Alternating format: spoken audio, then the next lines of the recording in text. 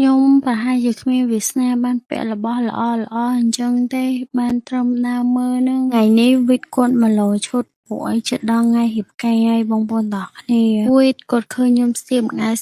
លគាត់ក៏ឲ្យខ្ញុំលោឈុតនឹងលេងស្អាតអត់បងប្អូនទាំងអស់គ្នាទីបំផុតខ្ញុំបានពាក់ឈុតនឹងហើយនេះជាឈុតនៅក្នុងក្តីសម័យមនុស្សស្រីគ្រប់រូបរួមទាំងខ្ញុំដែរនិយាយពីថាខ្ញុំបិទមាត់អត់ចិត្តហ្មងបងប្អូនទាំងអស់គ្នារំភើបខ្លាំងហ្មងនេះគ្រាន់តែលោលេងចេះទំហំការមែនតែនខ្ញុំសម័យអត់ចេញទេបងប្អូនទាំងអស់គ្នាហើយគាត់ក៏បានឲ្យខ្ញុំលោរូបមួយទៀតដែរស្អាតខ្លាំ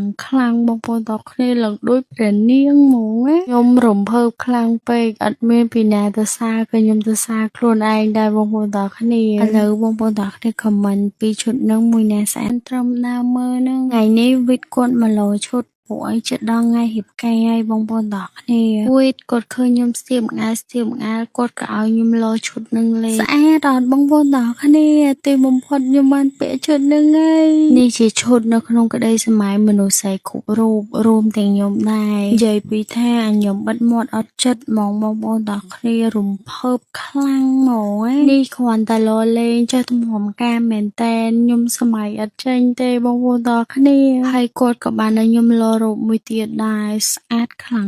ងបងប្អូនទាំងអស់គ្នាឡើងដូចព្រះនាងហ្មងខ្ញុំរំភើបខ្លាំងពេកអត់មានពីណាទៅសារក៏ខ្ញុំទៅសារខ្លួនឯងដែរបងប្អូនទាំងអស់គ្នាឥឡូវបងប្អូនទាំងអស់គ្នាខមមិនពីឈុតនឹងមួយណាស្អាតជាងគ្រាន់តែមកដល់ផ្ទះភ្លាមងូតទឹកហើយស្វេស្វាបិទម៉ាស់ហ្មងចាដោយសារមួយរយៈនេះខ្ញុំឡើងមុនហើយស្នាមមុនក៏ច្រើនទៀតអញ្ចឹងមានតែបិទជាមួយអាក់នេម៉ាស់ TGN មុននឹងបិទគឺខ្ញុំលាបទឹក Essence Mask ឲ្យពេញមុខសិនម៉ាស់នេះគឺល្អមែនតើសម្រាប់អ្នកមុខមុនស្នាមមុនមុខខ្លាញ់និងរន្ធញើសធំ